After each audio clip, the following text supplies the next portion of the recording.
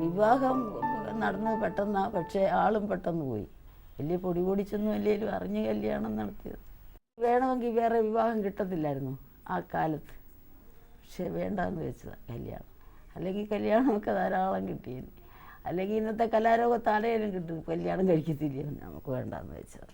കുഞ്ഞിനെ ഇത് വെച്ചാൽ അമ്മയും എൻ്റെ അനിയത്തിയാണ് വളർത്തിയത്. പഠിപ്പിച്ചു, കോളേജ് പ്രീ ഡിഗ്രി വരെ കഴിച്ച് വെച്ചാൽ അവൾ പറഞ്ഞു എനിക്കിനി ഇതിന് പോയൊക്കെ ടെലികമ്മ്യൂണിക്കേഷൻ പഠിക്കണമെന്ന് പറഞ്ഞു. അതിന് കായംകുളത്ത് പോയി പഠിച്ചു. അന്ന് പഠിച്ച കാലത്ത് അവിടുത്തെ മീറ്റിങ്ങിന് പാടിയത് പുള്ളിയാണ്, വലിയ പാട്ടുകാരിയായിരുന്നു.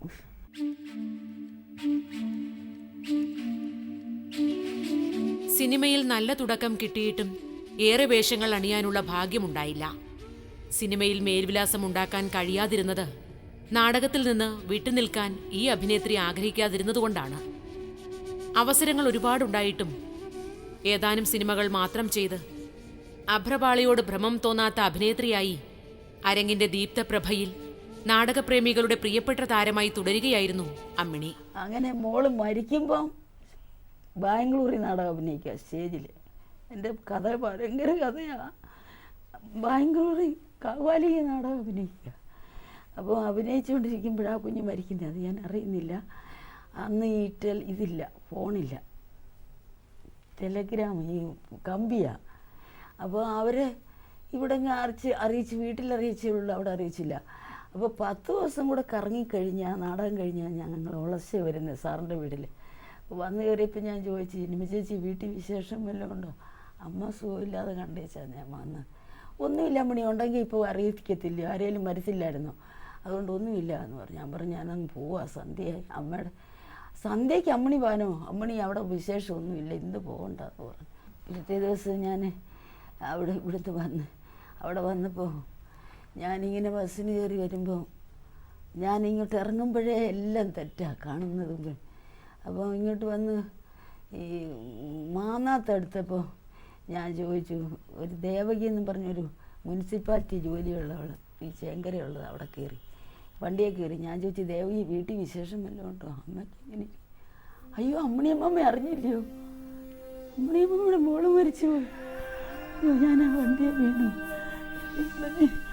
ആ ഡ്രൈവറും കണ്ടക്ടറും ഒക്കെ കൂടെ സ്ത്രീയെ ഒരുപാട് വഴക്ക് പറയും. നിങ്ങൾ എന്തൊരു സ്ത്രീയാണ് ഈ വണ്ടിയെ വെച്ചാന്ന് അവരോടൊക്കെ പറയും. അങ്ങനെ എന്നെ ആ വണ്ടിക്കാർ എങ്ങും സ്പീഡിൽ വണ്ടി വിട്ട് സ്ലോ ചെയ്ത് ഇറങ്ങേണ്ടി വരെ പെട്ടെന്ന് ഇറക്കി. അവരിവിടെ കൊണ്ട് ഈ ഇറക്കിയ ബായി കൊടുത്ത കൊച്ചൻ കയ്യിൽ തന്ന് താഴെ വെച്ചു. അപ്പോൾ ഇവിടുന്ന് 2 കോടി വന്നു. അങ്ങനെ ഞാനിഞ്ഞ് വന്നു. ഇവിടെ വന്ന് മുറ്റത്ത് കയറി. ഇപ്പം ഒന്നും ഗേറ്റൊന്നുമില്ല. മുറ്റത്ത് കയറി എൻ്റെ അമ്മ പറഞ്ഞു, മക്കളെ പോയിരുന്നു.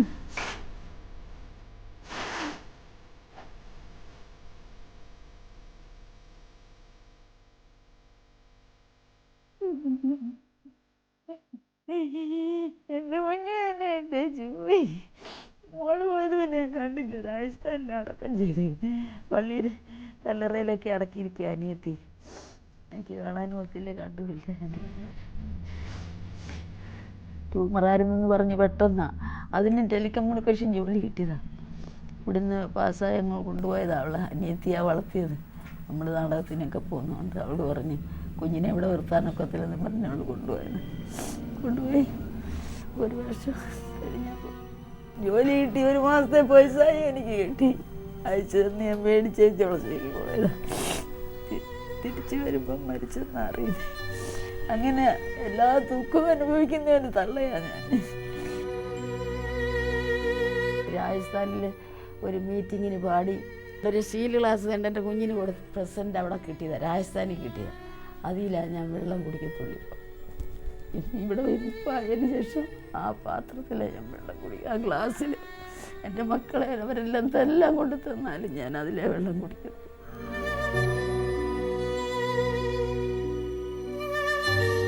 മരണം സാറിൻ്റെ ട്രൂപ്പിൽ ചെന്ന് കഴിഞ്ഞ ഉടനെയാണ്. 2ാമത്തെ കൊല്ലമാകാം.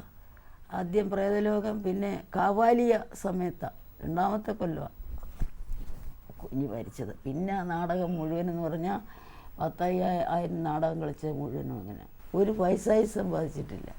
ജീവിച്ച് സുഖമായിട്ട് നല്ല ആഹാരങ്ങളും നല്ല പിന്നെ ഇത് ഡ്രസ്സുകളും ഇഷ്ടംപോലെ നല്ല ഡ്രസ്സുകളും ഒക്കെ ഇട്ട് നടന്നു. നാടക അരങ്ങിലെ നായിക തിളക്കമായിരുന്ന ഈ അമ്മയ്ക്ക് ജീവിതം നൽകിയത് കൈപ്പേറിയ അനുഭവങ്ങൾ മാത്രമാണ്. മകളും മരണത്തിന് കീഴടങ്ങിയപ്പോൾ അമ്മയ്ക്ക് ബാക്കിയായത് കണ്ണീർ ജീവിതമായിരുന്നു. ഞാൻ നാടകം നിർത്തുന്നത് തന്നെ സാറിൻ്റെ നാടകത്തിലെ 28 വയസ്സുകാരിയായ ഒരു പെണ്ണിൻ്റെ പോർഷനാണ് എടുത്തിരിക്കുന്നത്. 60 വയസ്സിലായി 28 വയസ്സുകാരിയുടെ വേഷം. ഒരു മുടി പോലും നരച്ചിട്ടില്ലായിരുന്നു അന്ന്, ഒന്നുമില്ലായിരുന്നേ. മുടി ഒരുപാടുണ്ടായിരുന്നു. ഇപ്പോൾ എല്ലാം ഈ ചിക്കൻ ഗുനിയ വന്ന് ഈ ഓപ്പറേഷൻ കഴിഞ്ഞ് തലമുടിയെല്ലാം പോയി. നാടകം നിർത്തി ഇവിടെ വന്ന കാലം മുതൽ പെൻഷൻ കിട്ടും. അതിന് മുമ്പേ എന്നെ 54 വയസ്സിൽ ഞാൻ പെൻഷൻ എഴുതി കൊടുത്തിരുന്നു. 100 രൂപ തുടങ്ങി, 200 പിന്നെ 300 പിന്നെ 400 ഇപ്പോൾ 550